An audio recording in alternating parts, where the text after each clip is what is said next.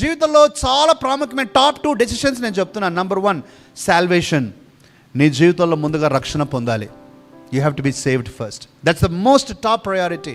నీకు ఏది ఉద్యోగం ఉన్నా, పెళ్ళి కాకున్నా, పిల్లలు లేకున్నా, ఇండ్లు కట్టుకున్నా, కట్టుకోకపోయినా, ఏది లేకున్నా పర్వాలేదుగా, నువ్వు రక్షించబడాలి. సెకండ్ మోస్ట్ ఇంపార్టెంట్ డెసిషన్ పెళ్ళి. నువ్వు పరలోకాన్ని రుచి చూడాలంటే పరలోకానికి వెళ్ళనక్కర్లేదు, తర్వాత నరకాన్ని రుచి చూడాలంటే నరకానికి కూడా వెళ్ళనక్కర్లా, ఇక్కడే కనిపిస్తాయి.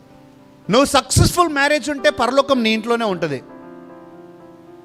సక్సెస్ఫుల్ మ్యారేజ్ లేకపోతే నరకం అదే ఉంటుంది. ఇంకా అంతకు మించిన నరకం లేదు. ఎంతోమంది చెప్తూ ఉంటారు పిల్లలు. చాయిస్ నీది.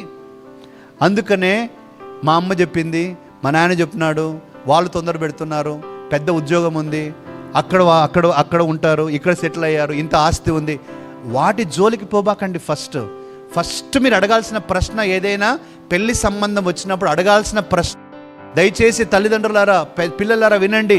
ఫస్ట్ క్వశ్చన్ నువ్వు అడగాల్సింది, దేవుని యందు విశ్వాసం ఉంచిన వ్యక్తి అయినా, ఈస్ హీ సేవ్డ్, రక్షించబడిన వ్యక్తా కాదా, బిలీవరా కాదా.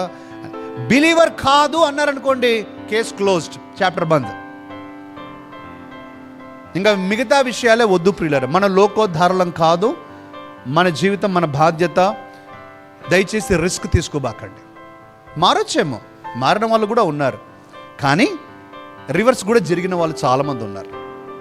వివాహమైన తర్వాత చర్చికి ఆపేసి, చర్చికి వెళ్ళటానికి పర్మిషన్లు అడగలేక, వారు పంపించక, గుళ్ళు గోపురాల చుట్టూ తిరుక్కుంటూ దేవుణ్ణి వదిలేసి ప్రియులారా లోకంలో కలిసిపోయిన వారు అనేకులు నా కళ్ళ ముందు ఉన్నారు.